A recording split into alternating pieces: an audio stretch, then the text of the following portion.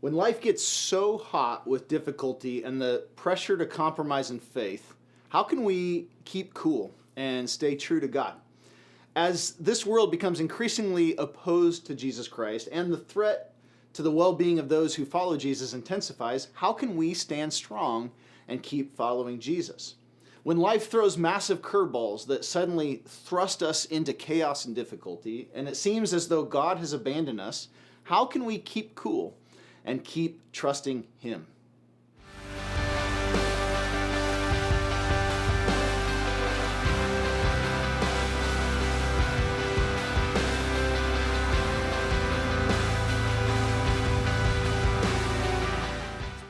Hey friends, I'm Jeremiah Porter, host of Project Lighthouse. I'd love to have you join us. To do so, click the subscribe button and the little bell icon to be notified as soon as we post new videos. If you have a Bible, I encourage you to open it to Daniel chapter 3. Daniel chapter 3. After the fall of Jerusalem to Babylon around 605 BC, a man named Daniel and his three friends, Shadrach, Meshach, and Abednego, were taken away to exile in Babylon. Daniel 1 describes how Nebuchadnezzar, king of Babylon, took the cream of the crop, the young, handsome, talented leaders, and put them through a 3-year training course designed to make them dependent on and loyal to the king. Daniel and his three friends resisted a full assimilation, and God blessed them by making them irresistible to Nebuchadnezzar. They were found to have more wisdom and understanding and skill than all others in the entire kingdom, including Nebuchadnezzar's most trusted advisors. After Daniel interpreted one of Nebuchadnezzar's dreams, the king recognized the sovereignty of God and promoted Daniel and his friends within the Babylonian government. But Nebuchadnezzar soon forgot about the one true God and returned to worshiping himself. In Daniel chapter 3, Nebuchadnezzar made an image of gold 90 feet high and 9 feet wide and set it up in the province of Babylon where Daniel's three friends were leading. He then commanded all people under his rule to worship the golden image. Anyone who failed to worship the golden image would be executed by being thrown into a fiery furnace. So the stakes are high. Worship or die was what was at stake. So what's the big deal? Wouldn't it be okay to simply go through the motions of bowing down to the king, knowing in your heart you don't really mean it, so that you wouldn't have to die? You know, this was a very big deal. By bowing down, a person was acknowledging that Nebuchadnezzar was the supreme authority and was in ultimate control of the outcome of their lives. But God very clearly said, "You shall have no other gods besides me, and do not worship idols." So we must evaluate what we are bowing down to. So when the music played, everyone worshiped the golden image. Everyone, that is, except for these three friends, Shadrach, Meshach, and Abednego.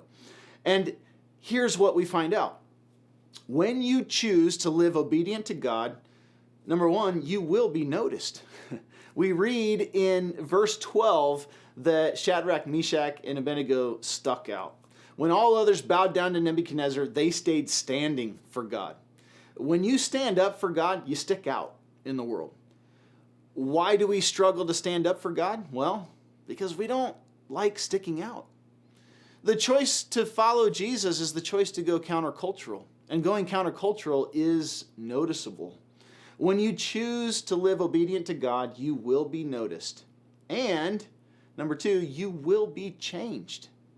Nebuchadnezzar confronts you will be challenged, Nebuchadnezzar confronts Shadrach, Meshach, and Abednego and gives them another chance to conform, warning them of the consequences of their disobedience to the king's command.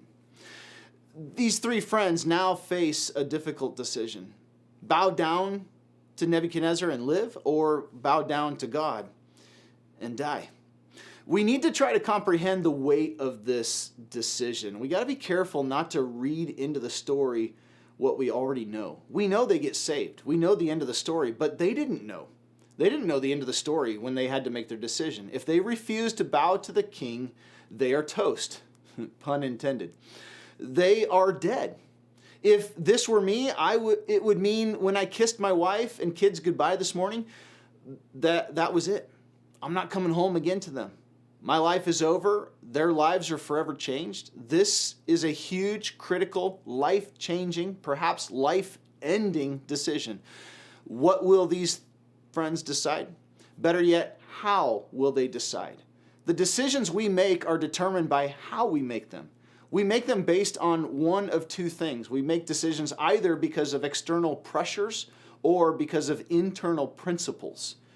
Even though the external pressure of idolatry was through the roof, Shadrach, Meshach, and Abednego made the decision to remain faithful to God. How? Because they knew who God is and they knew what God could do. They also understood that God will do what He chooses to do. Just because we face trials and sufferings doesn't mean that God ceases to be God.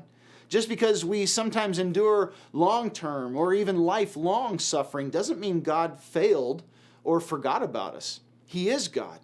He always will be God. He is sovereign. He is always in control. He is always most powerful. He is always able to do anything He pleases.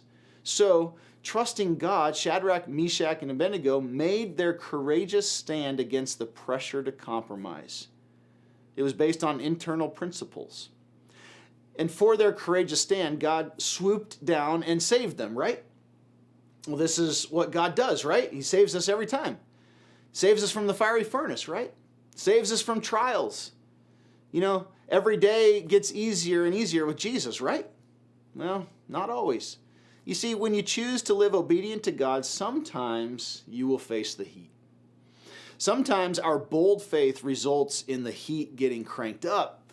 Most of us have probably experienced getting noticed and being challenged for our obedience to Jesus Christ.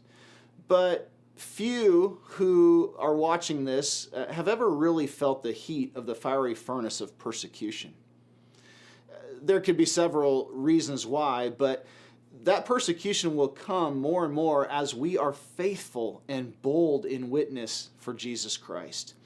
So my concern is that we never feel the heat because we are actually running from it, compromising in our obedience to God for the sake of good standing with the world. That compromise might not look like anything great, but just little compromises over time become something great. Now, I'm not saying that we're supposed to go looking for persecution, rather that persecution is a common byproduct of truly following Jesus. In Luke 21:16 and 17, Jesus warned His followers about the cost of following Him. He said this, "You will be delivered up even by parents and brothers and relatives and friends, and some of you they will put to death. You will be hated by all for my name's sake." But what can happen when we choose obedience to God? The greatest thing that happens is that God is glorified. He is seen, He's experienced, He's known, and then worshiped. They chose obedience and God got all the glory. You see, the fire was so hot it incinerated the guards who threw the three friends into the furnace. But despite the extreme heat and the fact that there was no way to escape, having been tied up, they were found taking a leisurely stroll in the furnace like it was a pleasant 75-degree spring day. How can that happen? Only God can do something like that. Not only that, but the three friends were not alone in the furnace. A fourth person was seen, one that looked like, it tells us, a son of the gods, radiating with glory. Some scholars believe this fourth man was the pre-incarnate Jesus Christ. Because of their faithful obedience, Shadrach, Meshach, and Abednego experienced the very presence of God with them. How their faith and our faith is strengthened by this truth that even in the trials, God is with us. He does not always deliver us from the trials, but He is always with us and will always deliver us through the trials. Remember, for the believer, death does not equal defeat. Death actually equals deliverance.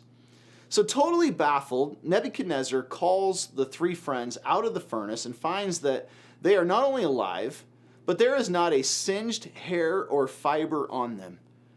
The torture chamber must have reeked of the smell of the burnt guards who merely approached the furnace.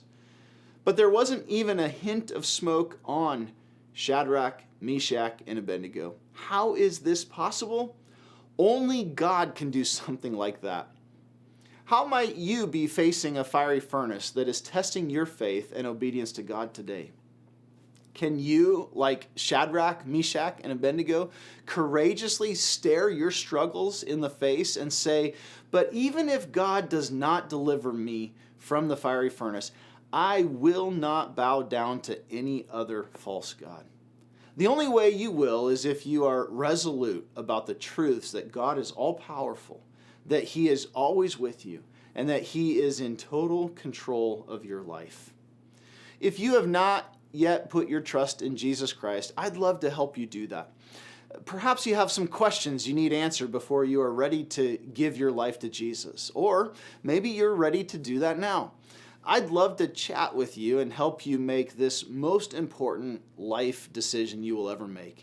You can email me by clicking the link in the description below. And I look forward to the opportunity to hear from you soon. Perhaps you'd like to know more about how much Jesus loves you. Perhaps you'd love to know more about standing strong in your faith. I want to encourage you to check out a couple messages, one of them titled God is Love.